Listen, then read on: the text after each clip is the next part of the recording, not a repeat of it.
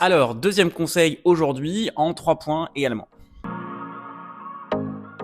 Alors, le premier point, ça va être de travailler sur votre déconnexion pour favoriser le repos.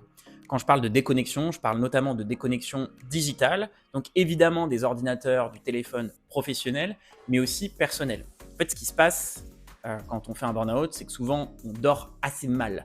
Même si vous dormez, votre cerveau continue de travailler pendant la nuit. Moi, par exemple, c'était tellement extrême que je me souviens que quand j'étais commercial juste avant de faire mon burn-out, je rêvais, je refaisais mes rendez-vous de vente la nuit. Donc en fait, votre cerveau continue de travailler, donc vous vous réveillez fatigué puisqu'il n'a pas cette fonction de repos pendant la nuit qu'il devrait avoir lors du sommeil. Donc la première chose, c'est déconnectez-vous plusieurs heures avant de votre téléphone et de votre ordinateur. Ensuite, la deuxième chose qui est beaucoup trop sous-estimée à mon goût par la plupart des gens, c'est l'importance de l'alimentation.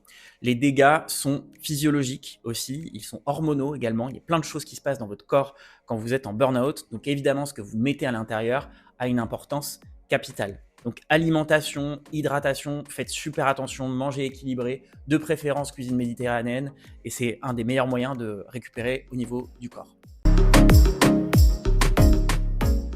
Et enfin, toujours au niveau du corps, pratiquer des techniques de relaxation pour faire tomber le stress et l'anxiété et pour permettre au corps de se régénérer. Un corps qui est constamment stressé, en culpabilité, en anxiété, il n'arrivera pas à récupérer correctement. Chez Rééquilibre, on fait intervenir des sophrologues et j'ai toute une palette, il y en a vraiment beaucoup, d'outils qui permettent de se calmer et de se détendre. En fait, ça veut dire quoi? Ça veut dire que peu importe votre personnalité, ce qui fonctionne sur vous, etc., on va trouver le bon outil pour que ça fonctionne. Donc soit c'est de la respiration, soit c'est de la méditation, il y a pas mal de choses. Donc trouvez ce qui fonctionne pour vous, détendez-vous, pratiquez ces exercices. C'est un des seuls moyens avec l'alimentation de permettre une bonne régénération de votre corps. Voilà pour le troisième conseil, donc très axé sur la récupération physique, sommeil, alimentation, relaxation. Demain, on se retrouve pour un troisième conseil, également en 3 points. À demain!